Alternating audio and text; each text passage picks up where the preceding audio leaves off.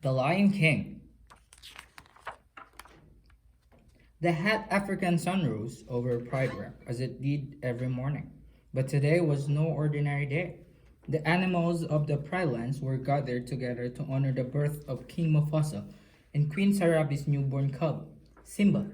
The king and queen watched as Rafiki, the wise baboon, held Simba up for the whole kingdom to see. The elephants trumpeted, the monkeys jumped up and down, and the zebras stamped their hooves with happiness. But not everyone was pleased. In a cave behind Pride Rock, a scraggly lion grumbled to himself. This was Mufasa's brother, Scar. He was jealous because Simba would be the next king. Mufasa and his trusted advisor Zazu appeared at the cave after the ceremony to find out why Scar had not come. Zazu shook his head. You should have been the first in line. I was first in line until the little hairball was born. He turned and walked out of the cave. Time passed and Simba grew up into a healthy, playful young cub. Early one morning, he and Mufasa climbed to the top of Pride Rock. Mufasa told his son that one day he would be king. Look, Simba, everything the light touches is our kingdom. Simba scanned the horizon and noticed a dark spot in the distance. What about that shadowy place? That's beyond our borders. You must never go there, Simba. Later that day, Simba ran into Scar. Hey, Uncle. Hey, Uncle Scar. Guess what? I'm gonna be king of Pride Rock. My dad just showed me the whole kingdom, and I'm gonna rule it all. Scar looked slyly at the young cub. He was plotting to get rid of Simba, so he would be the next king. He didn't show you what's beyond the rise at the northern border. Well, no, he said I can't go there. And he's absolutely right. It's far too dangerous. Only the bravest lions go there. Simba didn't see his uncle's evil trap. He wanted to show his father what a brave cub he could be. He ran home to find his friend Nala. Come on, I just heard about this great place.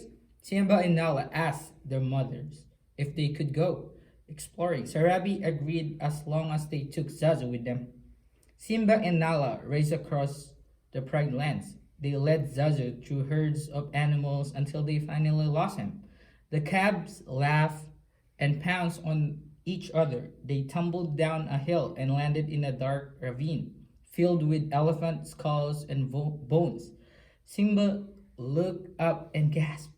This is it. We made it. Before the cubs could explore any further, Zazu tracked them down.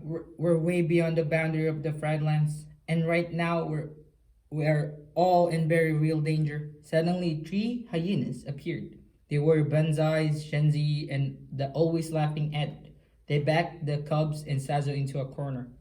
Just when it looked as if there was no way out, a giant paw appeared and knocked the hyenas over. It was Mufasa. If you ever come near my son again, the frightened hyenas quickly ran away. As they walked home, Mufasa looked at Simba. You deliberately disobeyed me. I'm very disappointed in you. Simba crawled onto Mufasa's back. Dad, we're pals, right? And we'll always be together, right? Simba, let me tell you something. My father told me, look at the stars. The great kings of the past looked down on us from those stars. So whenever you feel alone, just remember that those kings will always be there to guide you. And so will I. Meanwhile, back at the lair, the hyenas had a visitor. I practically gift wrapped those cubs for you, and you couldn't even dispose of them. Scar was furious, but he had a new plan. He warned the hyenas to be prepared. Banzai laughed. Yeah, Beaverfell will be prepared for what? Scar glared at the hyenas. For the death of the king. The next day, Scar brought Simba to Gorge, where the wild beasts were grazing. Now you wait here. Your father has a marvelous surprise for you. When Scar was safely away, he signaled to the hyenas. They raced into the gorge and chased the herd of wild, wild beasts toward Simba. Scar ran off to find Mufasa.